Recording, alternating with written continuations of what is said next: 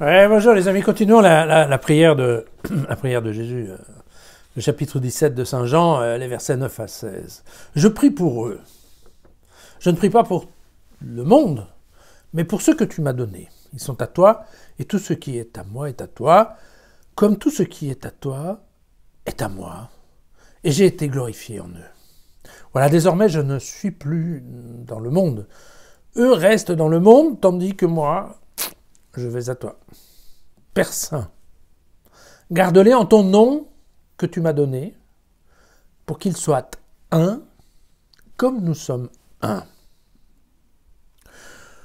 Lorsque j'étais avec eux, je les gardais en ton nom que tu m'as donné. Je les ai protégés, et aucun d'eux ne s'est perdu, sinon le fils de la perdition, en sorte que l'écriture soit accomplie.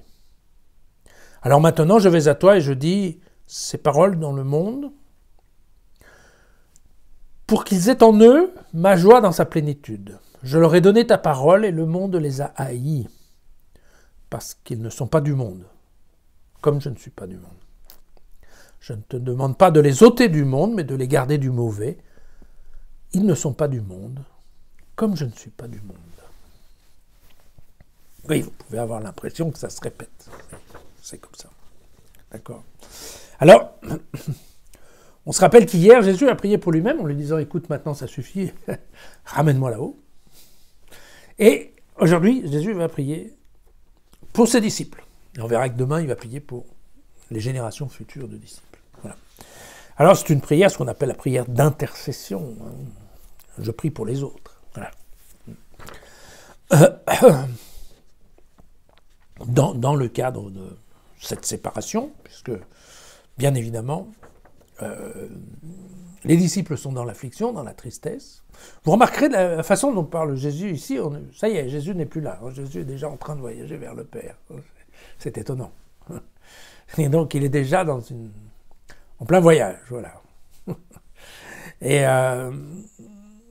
alors, en effet, qu'est-ce qui va se passer? Bon, la communauté, en l'absence de Jésus, court deux risques. Le premier, c'est bien entendu l'influence du mal et l'hostilité, l'hostilité du mal, et l'autre c'est la tristesse, sachant que la tristesse, eh bien, Jésus va faire en sorte d'essayer de tourner la tristesse en joie, en bonheur.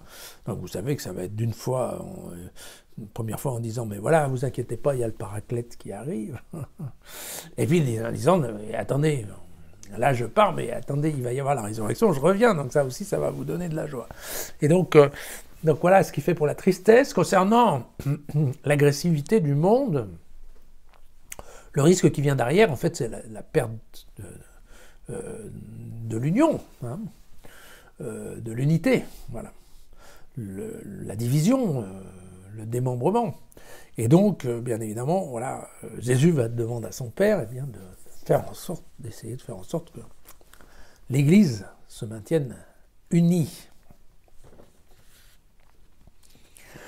Différenciation subtile entre être du monde et être dans le monde.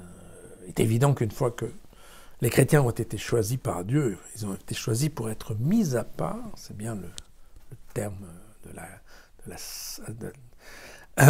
de l'extraction, mis à part pour être, on verra ça demain, pour la sanctification. Et cette mise à part fait en sorte qu'effectivement, il y a ceux qui restent. Ceux qui restent, c'est le monde. Et le monde est agressif contre nous. Or, il n'est pas question de retirer les chrétiens du monde, puisqu'au contraire, Jésus va transmettre à ses disciples une ordre de mission qui doit se maintenir dans le temps. Or, cette mission, c'est bien d'aller au contact des gens qui n'ont pas cru pour qu'ils se mettent à croire. D'accord ? Donc, effectivement, il faut qu'ils soient au contact du monde. Maintenant, c'est pas... Attention, promiscuité ne dit pas corruption. donc évidemment... Mais c'est important, en effet, de maintenir l'unité, et je dirais quelque part, voilà, l'unité dans la persécution. On peut mettre les choses comme ça. Voilà.